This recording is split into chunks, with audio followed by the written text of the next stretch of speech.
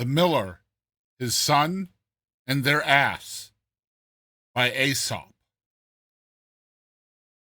A miller, accompanied by his young son, was driving his ass to market in hopes of finding a purchaser for him.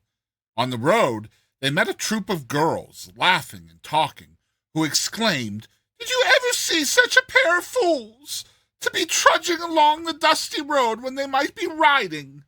The miller thought there was sense in what they said, so he made his son mount the ass and himself walked at the side. Presently, they met some of his old cronies, who greeted them and said, "You'll spoil that son of yours, letting him ride while you toil along on foot. Make him walk, young lazy bones. It'll do him all the good in the world." The miller followed their advice and took his son's place on the back of the ass while the boy trudged along behind. They had not gone far when they overtook a party of women and children, and the miller heard them say, "What a selfish old man! He himself rides in comfort, but lets his poor little boy follow as best he can on his own legs."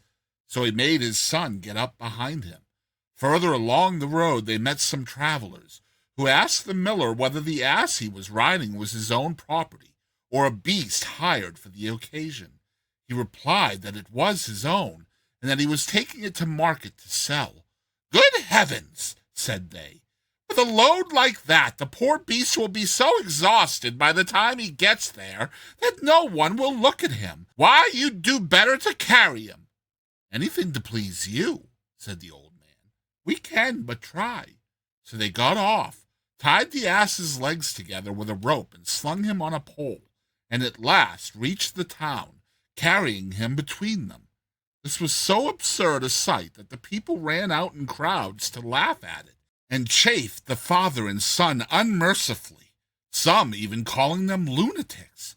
They had then got to a bridge over the river, where the ass, frightened by the noise and his unusual situation, kicked and struggled till he broke the ropes that bound him, and fell into the water and was drowned. Whereupon the unfortunate miller, vexed and ashamed, made the best of his way home again, convinced that in trying to please all he had pleased none, and had lost his ass into the bargain.